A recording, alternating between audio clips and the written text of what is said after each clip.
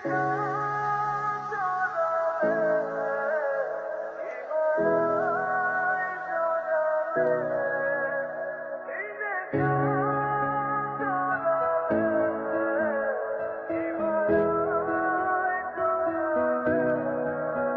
তো আজকে অফিস ছুটি, একটু পরে নাস্তা বানালে হতো না?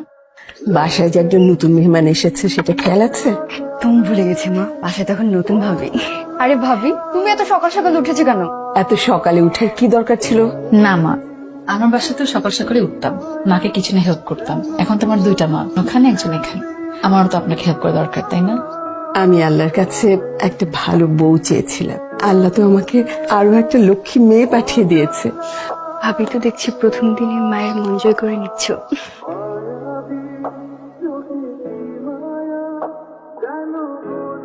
এই যে মিস্টার, শুনছেন? না, এভাবে বলা যাবে না। এই যে জমিদার সাহেব, শুনছেন?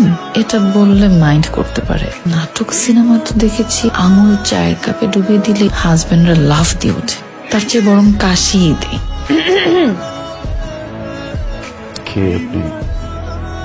সরি সরি সরি সরি আপনার চা। সরি, আমি শুধু চা খেতে পারি না। বিস্কুট এনে দেবো? Thank you.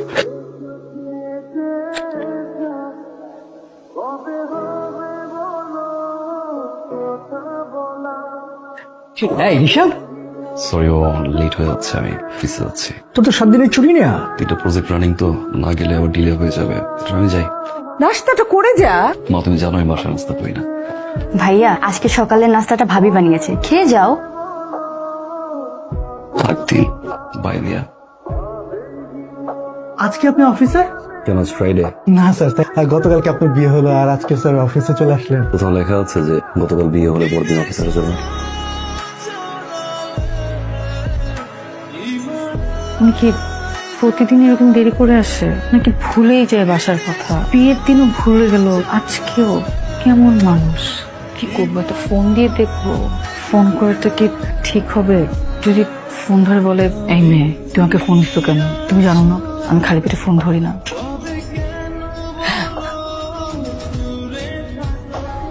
আপনি কখন আসলেন? আমি তো মাত্রই আপনাকে ফোন দিতে নিলাম। মাত্র আসলাম, বাট সরি লেট, প্রেশার ছিল অফিসের, প্রেশার আসেনি। একটু লেট হয়ে গেল, অফিসের কাজ ছিল, আসে দেরি হয়ে গেল। বিয়ের দিন কোনো খবর নাই, এখন আসছে সরি বলতে। কিছু বলো। না, খবর দিন বিয়ের কিছু। আসলে কি ওই, আপনি খাবেন না?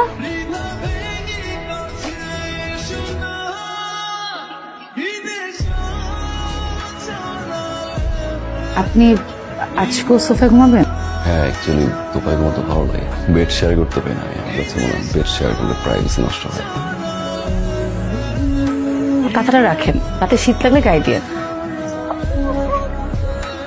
আমি রুমে লাইট অফ করে দিলাম, লাইট অন করলে আমি ঘুমাতে পারি না, প্রাইভেসি ইস্যু তো।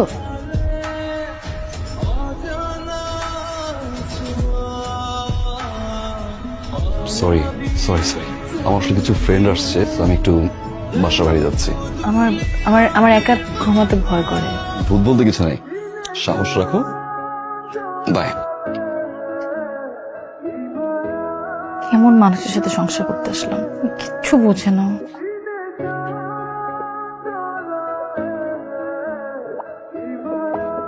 ভাইয়া ফোন করে আমাকে তোমার কাছে পাঠালো। তোমার ভাইয়া কি এরকম প্রতিদিন দেরি করে বাসায় আসে? হ্যাঁ, মা বাবা কিছু বলে না? বাবা মা তো কিছু বলার সাহসই পায় না। ভাইয়ার যে রাগ, তোমাকে না বলে তুমি বুঝবে না। কি বলো? ভাইয়ার একটা মেয়ের সাথে রিলেশন ছিল।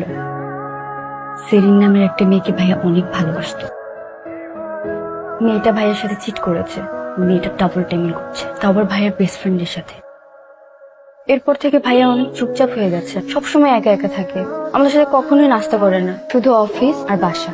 কিন্তু জানো ভাবি, ভাইয়া না এমন ছিল না। ভাইয়া হাসি খুশি থাকতো, আমার সাথে গল্প করতো। তাহলে এটাই কারণ। তুমি একটু চেষ্টা করে দেখো না ভাব, ভাইয়াকে চেঞ্জ করতে পারো কিনা।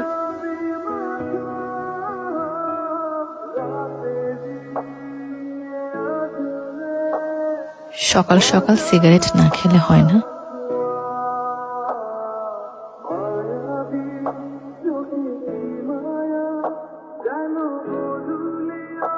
এই ওয়াশরুমটা আমিও ব্যবহার করি। স্যার একটু সাইন করে দিতে দেবেন। স্যার না পেরে সাইন করে দিলেন? মানুষ চিনি আমি। স্যার মানে? পৃথিবীতে মোটামুটি সব ধরনের মানুষই পড়তে পারে, শুধুমাত্র দুইজন মানুষ, একজন আমার বর্তমান আর একজন আমার অতীত। এটা কি? এটা হচ্ছে ঢাকা ব্যাংকক ঢাকার টিকিট। বৌমা আর তুই দুজনে মিলে ঘুরে আয়, যা। এই বিয়েটা জোর করে করিয়েছো তুমি, তোমার কথায় আমি বিয়ে করেছি, আর কোনো ফোর্স করবো না প্লিজ। কি ব্যাপার, কথা বেরোচ্ছ? হ্যাঁ, ফ্রেন্ডসরা মিলে একটা পার্টি থ্রো করছে, অনেকদিন ওদের সাথে চিল করা হয় না, যাই একটু ঘুরে আসি। ঘড়ি কি নষ্ট নাকি? না, ঘড়ি ঠিক আছে, 12টা বাজতে 5 মিনিট বাকি। শিওর এখন বের হবা?